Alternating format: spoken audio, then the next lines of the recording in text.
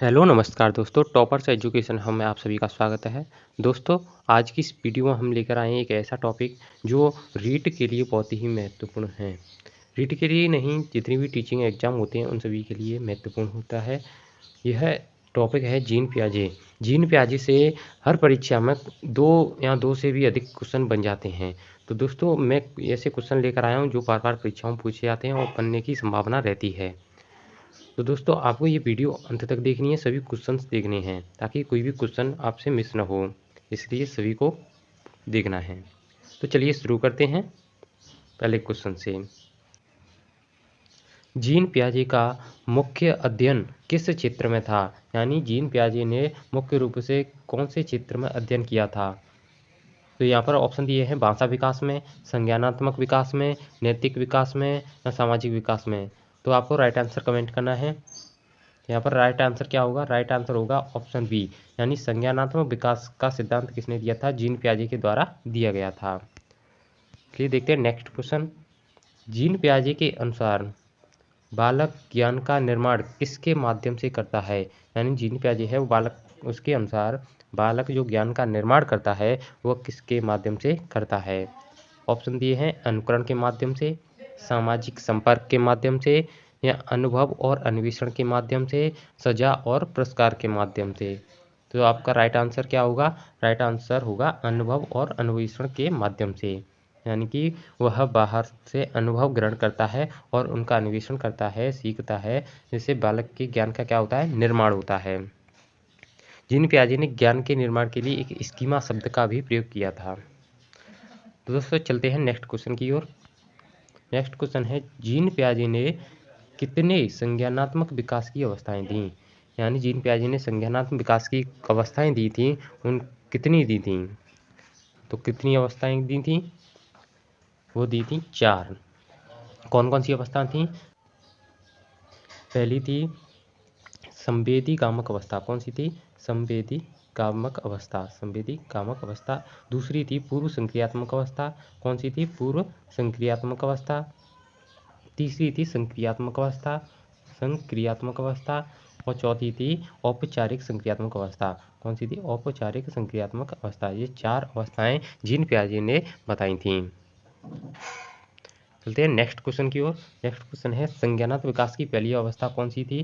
संज्ञानात्मक विकास की पहली अवस्था जिसमें पूछा गया है कौन सी है? पूर्व संक्रियात्मक अवस्था, संवेदी मोटर अवस्था, ठोस संक्रियात्मक अवस्था, औपचारिक संक्रियात्मक अवस्था। तो इसमें राइट आंसर क्या होगा? संवेदी मोटर अवस्था। Option B is right answer होगा। संवेदी मोटर अवस्था होती है जिसमें ज्ञानेंद्रियों के माध्यम से बच्चा सीखता है। नेक्स्ट क्वेश्चन है संज्ञानात्मक विकास की दूसरी अवस्था में किस उम्र के बच्चों में पाई जाती है? यानी दूसरी अवस्था है वो कौन सी उम्र के बच्चों में पाई जाती है? दूसरी अवस्था है वो ऑप्शन बी है इज राइट आंसर। इसमें 2 से 7 वर्ष के जो बच्चे होते हैं उनमें दूसरी अवस्था पाई जाती है। दूसरी अवस्था कौन सी थी? दूसरी अवस्था थी पूर्व संक्रियात्मक अवस्था। पूर्व संक्रियात्मक अवस्था है 2 से 7 वर्ष के बच्चों में पाई जाती है। नेक्स्ट क्वेश्चन है पूर्व संक्रियात्मक अवस्था में बच्चा किस कौशल का विकास करता है? यानी बच्चे में कौन सा कौशल विकसित हो जाता है पूर्व संक्रियात्मक अवस्था में? तो ऑप्शन दिए हैं प्रतीकात्मक सोच का, अमूर्त तर्क का या संरक्षण की समझ का, समस्या समाधान का। तो इसका राइट आंसर क्या होगा? जल्दी से कमेंट में बताओ। इसका राइट आंसर होगा प्रतीकात्मक सोच का विकास हो जाता है। कौन से कौशल का विकास होगा? प्रतीकात्मक सोच का। नेक्स्ट क्वेश्चन है संरक्षण की अवधारणा। संरक्षण की अवधारणा किस अवस्था में विकसित होती है? जीन पियाजे ने बताया कि जो संरक्षण होता है, संरक्षण की अवधारणा कौन सी अवस्था में विकसित होती है? इसमें संवेदी मोटर अवस्था में या पूर्व संक्रियात्मक अवस्था में या ठोस संक्रियात्मक अवस्था में या औपचारिक संक्रियात्मक अवस्था में। तो कौन सी अवस्था में विकसित होता है संरक्षण? यह है option C is right answer. इसमें ठोस संक्रियात्मक अवस्था है उसमें संरक्षण की अवधारणा का विकास होता है। नेक्स्ट क्वेश्चन है बच्चों में परिप्रेक्ष्य ग्रहण की क्षमता, परिप्रेक्ष्य ग्रहण की क्षमता किस अवस्था में विकसित होती है? तो कौन सी अवस्था में होती है? पूर्व संक्रियात्मक अवस्था में या संवेदी में या ठोस संक्रियात्मक में या औपचारिक संक्रियात्मक में? तो कौन सी अवस्था में विकसित होता है परिप्रेक्ष्य ग्रहण की अवस्था है? वह ठोस संक्रियात्मक अवस्था में विकसित होती है। नेक्स्ट क्वेश्चन है, जीन पियाजे के अनुसार संज्ञानात्मक संतुलन बनाए रखने की प्रक्रिया को क्या कहते हैं? संज्ञानात्मक संतुलन बनाए रखने की प्रक्रिया होती है, उसे क्या कहते हैं? आत्मसात, समायोजन या साम्यीकरण या पुनर्स्थापन क्या कहलाती है? साम्यीकरण। क्या कहलाती है? साम्यीकरण है, उसे क्या कहते हैं? संज्ञानात्मक संतुलन बनाए रखने की प्रक्रिया होती है। नेक्स्ट क्वेश्चन है, जब बच्चा नई जानकारी को अपनी मौजूदा योजना में समाहित कर लेता है, यानी कोई नई जानकारी अपनी पुरानी जो जानकारी है या पुरानी जो योजना है उसी में जोड़ लेता है, तो उसे क्या कहते हैं? आत्मसात करना या समायोजन करना या साम्यीकरण करना या अन्वेषण करना क्या कहलाता है? आत्मसात करना। यानी पुरानी जो जानकारी है या पुरानी जो ज्ञान है उसमें नई जानकारी को जोड़ लेना आत्मसात करना कहलाता है।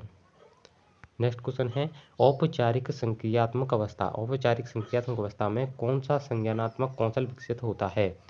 कौन सा संज्ञानात्मक कौशल विकसित होता है? काल्पनिक खेल का, ठोस तर्क का, अमूर्त तर्क का या भाषा विकास का? तो इसका सही आंसर क्या होगा? Option C is right answer होगा। इसमें अमूर्त तर्क होता है, उसका विकास हो जाता है। कौन सी अवस्था में? औपचारिक संक्रियात्मक अवस्था में। नेक्स्ट क्वेश्चन है, जीन पियाजे का संज्ञानात्मक विकास सिद्धांत। जीन पियाजे का जो संज्ञानात्मक विकास का सिद्धांत है वह किस प्रकार के विकास पर केंद्रित है? यानी किस प्रकार के विकास पर केंद्रित होता है संज्ञानात्मक विकास का सिद्धांत? निरंतर विकास के सिद्धांत पर या चरणबद्ध विकास पर या अप्रत्याशित विकास पर या सामाजिक विकास पर? इसका सही आंसर क्या होगा? कमेंट में बताएं जल्दी से। तो इसका राइट आंसर होगा ऑप्शन बी, चरणबद्ध विकास। चरणबद्ध विकास पर आधारित होता है जो संज्ञानात्मक विकास का सिद्धांत है, किस पर होता है? चरणबद्ध, यानी कि क्रम से बच्चे का विकास होता है। जैसे पहले संवेदीकात्मक अवस्था में विकास होगा, फिर पूर्व संक्रियात्मक में होगा, फिर संक्रियात्मक में होगा, फिर औपचारिक संक्रियात्मक में होगा। इस प्रकार एक चरण से एक क्रमबद्ध तरीके से बच्चे का विकास होता है, इस पर आधारित संज्ञानात्मक विकास सिद्धांत है। नेक्स्ट क्वेश्चन है, जीन पियाजे के अनुसार बालकों का अधिगम किस पर आधारित होता है? बालकों का अधिगम है वो किस पर आधारित होता है? शिक्षक की व्याख्या के आधार पर या सक्रिय अन्वेषण और खोज के आधार पर या माता पिता की सिखावन के आधार पर या लिखित सामग्री के आधार पर? तो इसका राइट आंसर क्या होगा? राइट आंसर होगा सक्रिय अन्वेषण और खोज के आधार पर। बच्चा जितना अधिक एक्टिव रहेगा, जितनी अधिक खोजबीन करेगा, जितना अधिक सोचेगा, चिंतन करेगा, उस पर आधारित होगा बालक का अधिगम। यानी बच्चा का अधिगम अधिक यानी सीखेगा कब अधिक? जब वह अधिक से अधिक खोज अन्वेषण करेगा। नेक्स्ट क्वेश्चन है, जीन पियाजे के सिद्धांत के अनुसार संवेदी मोटर अवस्था में बच्चा मुख्य रूप से किस प्रकार सीखता है? संवेदी मोटर अवस्था में बच्चा मुख्य रूप से किस प्रकार सीखता है?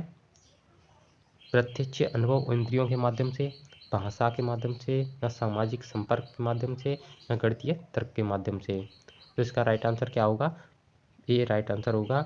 इसमें प्रत्यक्ष अनुभव और इंद्रियों के माध्यम से बच्चा सीखेगा। यानी बच्चा संवेदी मोटर अवस्था होती है जीन पियाजे के अनुसार 0 से लेकर 2 वर्ष तक की अवस्था होती है।